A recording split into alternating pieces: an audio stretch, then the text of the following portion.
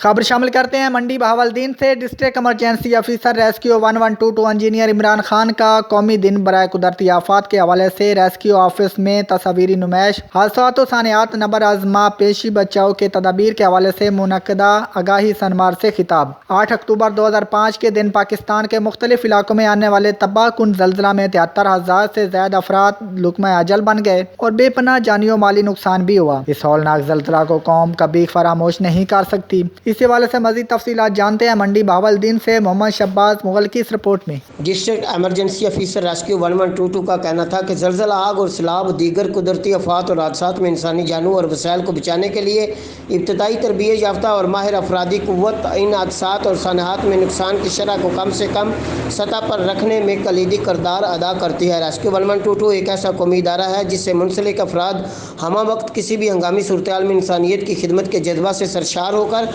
अपनी जानों की परवाह किए बगैर कुदरती आफात, हादसात और किसी भी हंगामी सूरत हाल में हर वक्त इमदाद मावनत के लिए पेश रहता है। कबल अजीम इस सानिया में जाँ बाक होने वाले अफराद के लिए 1 मिनट की खामोशी इख्तियार की गई और मरहुमैन के दर्जात की बुलंदी और मुल्क कौम के इस्तेहकाम और सालमियत के लिए दुआ की गई। सेमिनार के इख्तिताम पर आगाही वाक़ भी की गई। कैमरा टीम के साथ शाहबाज मुगल, सिटी 5 न्यूज़, मंडी बहावलदीन।